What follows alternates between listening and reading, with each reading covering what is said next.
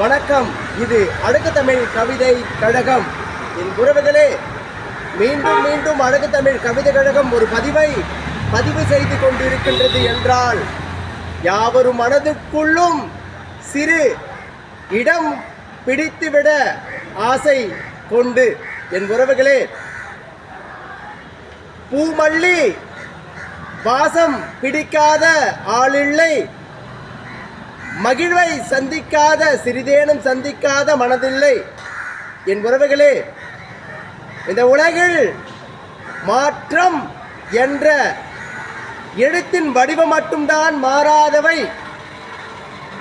ஒரு விதை மண்ணில் புதையப்பட்டு செடியாக மாறி மீண்டும் அது மரமாக மாறி காய்களை கனிகளை தந்து மீண்டும் மரங்களாக மாறி காய்களை கனிகளை தந்து கொண்டிருக்கின்றது. மண் தன்னை மாறுபட்ட கோணத்தில் மாற்றிக்கொண்டு செங்கல்லாகவும் உருவு எடுத்து வீடாகவும் பல்வேறு விதங்களாகவும் பயன்பாட்டுக்கு உபயோகம் செய்யப்படுகின்றது. மலை உடைக்கப்படுகின்றது, அது கல்லாகின்றது. சாலைகள் அமைக்க உதவுகின்றது, வீடு அமைக்க உதவுகின்றது.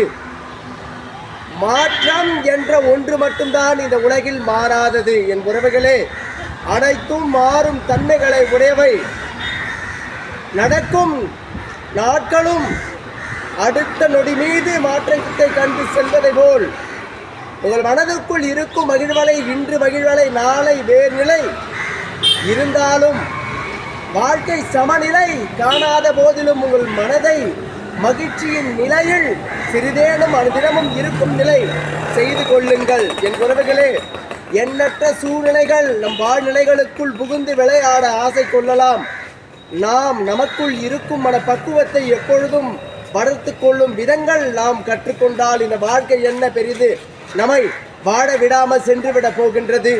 அழகூற இந்த வாழ்வியலை கையாளும் மனப்பக்குவத்தை உங்களுக்குள் அடைதல் மிக மிக முக்கியமான ஒன்றாக இத்தருணம் உருவாகி கொண்டிருக்கின்றது. என் உறவுகளே, வாழ்க்கை மிக அழகானது.